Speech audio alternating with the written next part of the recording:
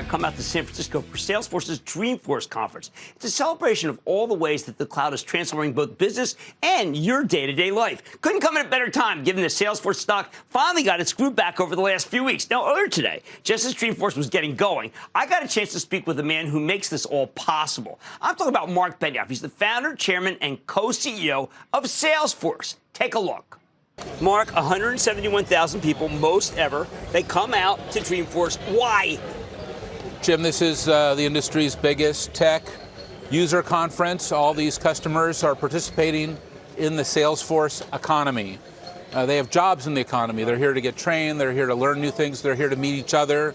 They're also here to get entertained and have a good time. You have often said that tech creates jobs. Stop worrying about all the jobs that it takes away.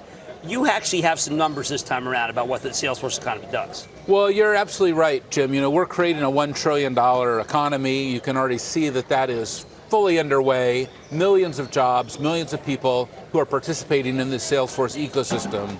And we're absolutely 100% committed to making sure that everybody can join this new economy. That's why we built Trailhead, so we can reskill and retrain. And many of the people who are here have actually learned their skills online at Trailhead.com. That's why we built Trailhead, so they can participate in this economy. Now, people have to understand, well, it's not necessarily a trade show. When I walked downstairs, I saw a very beautiful exhibit for State Farm. Now, that's some people think a boring insurer, but it actually had a kind of a cradle-to-grave approach about how you can use insurance, powered by you. Well, Jim, you're absolutely right. There are 2,700 sessions here at Dreamforce, and I expect you to attend every single one of them. There's also a huge trade show that shows what all of our customers and partners are doing with this technology, with this economy, like you said. Right.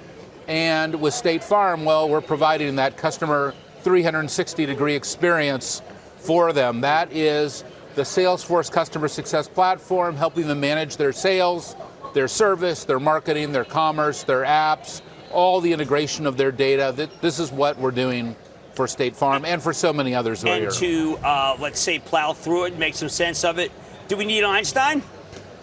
Well, we definitely need Einstein. I think you just woke him up. Oh, there he is. Hey, Einstein, what's my forecast? You can now talk directly to Einstein. It's kind of amazing. You woke him up by talking. It's actually a partnership with us and Amazon. We've built this amazing smart speaker, but the speaker is actually talking to the customer 360, so you're able to find out, how is your forecast? How are you doing? What is going on? It's incredible. What's 360 Truth? Well, 360 Truth is another amazing thing that we're introducing here.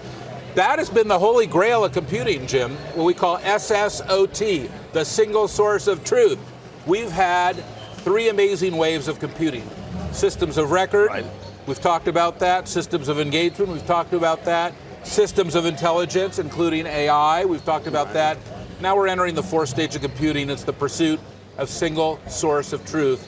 And we've built that into our platform. Now, this is a computer science holy grail that we've been trying to put together for a long time. Okay. But now, because we acquired MuleSoft, because we acquired Tableau, we are closer to providing for our customers the single source of truth for their customer information. There's another side of truth, which is the Trailblazer side, which is the book side, which is how you feel that not everybody's invested equally in the concept of truth out here.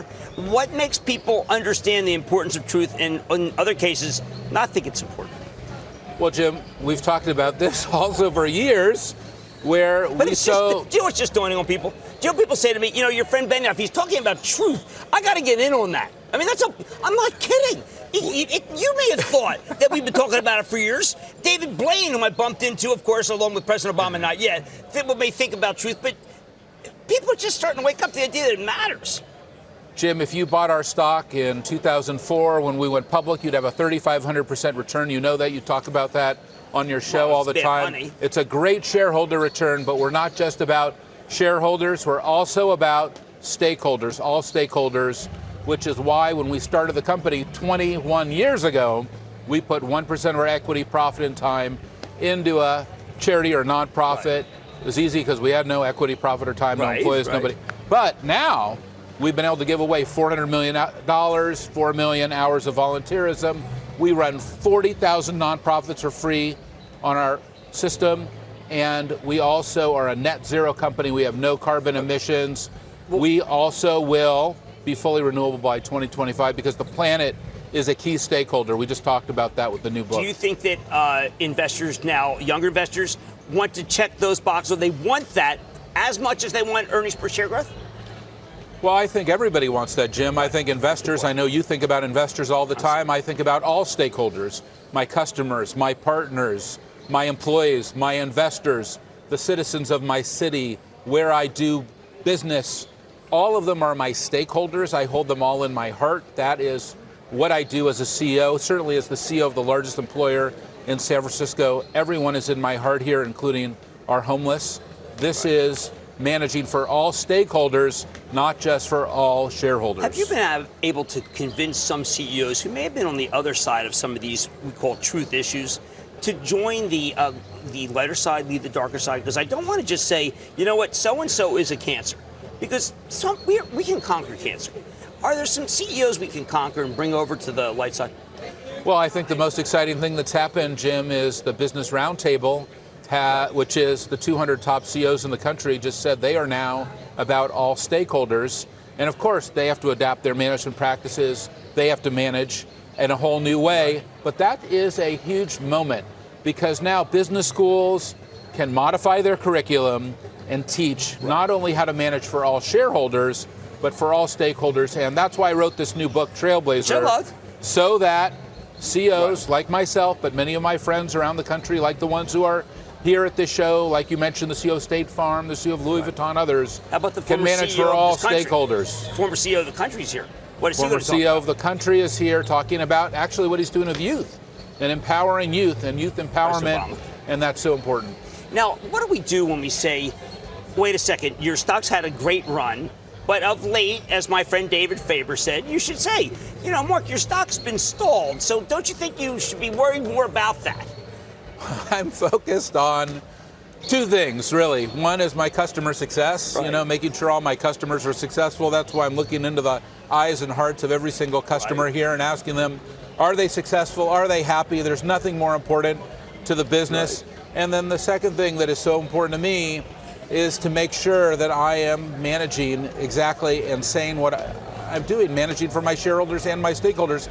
And then I'm going to let the stock take care of itself, just as I have but I need you to for talk 21 about one years. I need you to talk about one thing, the importance of trees. Well, you know, if we want to sequester carbon, we know that we need more trees, and I hope that we'll be able to come back with a major program here on the show to talk about how we're going to get more carbon reduction out of the atmosphere. Because I didn't want to leave without talking about we the planet. We did have a good conversation about carbon sequestration. And it's just important. It's important to us. We know that. All right. I want to thank Marc Benioff, Salesforce founder, chairman, and co-CEO. Mark, congratulations, 171,000 people. Welcome to Dreamforce, Jim. Thank you. Look, happy you're here. Don't miss a second of Mad Money. Follow @Jim Cramer on Twitter. Have a question? Tweet Cramer. #MadTweets. Send Jim an email to madmoney@cnbc.com or give us a call at 1-800-743-CNBC. Miss something? Head to madmoney.cnbc.com.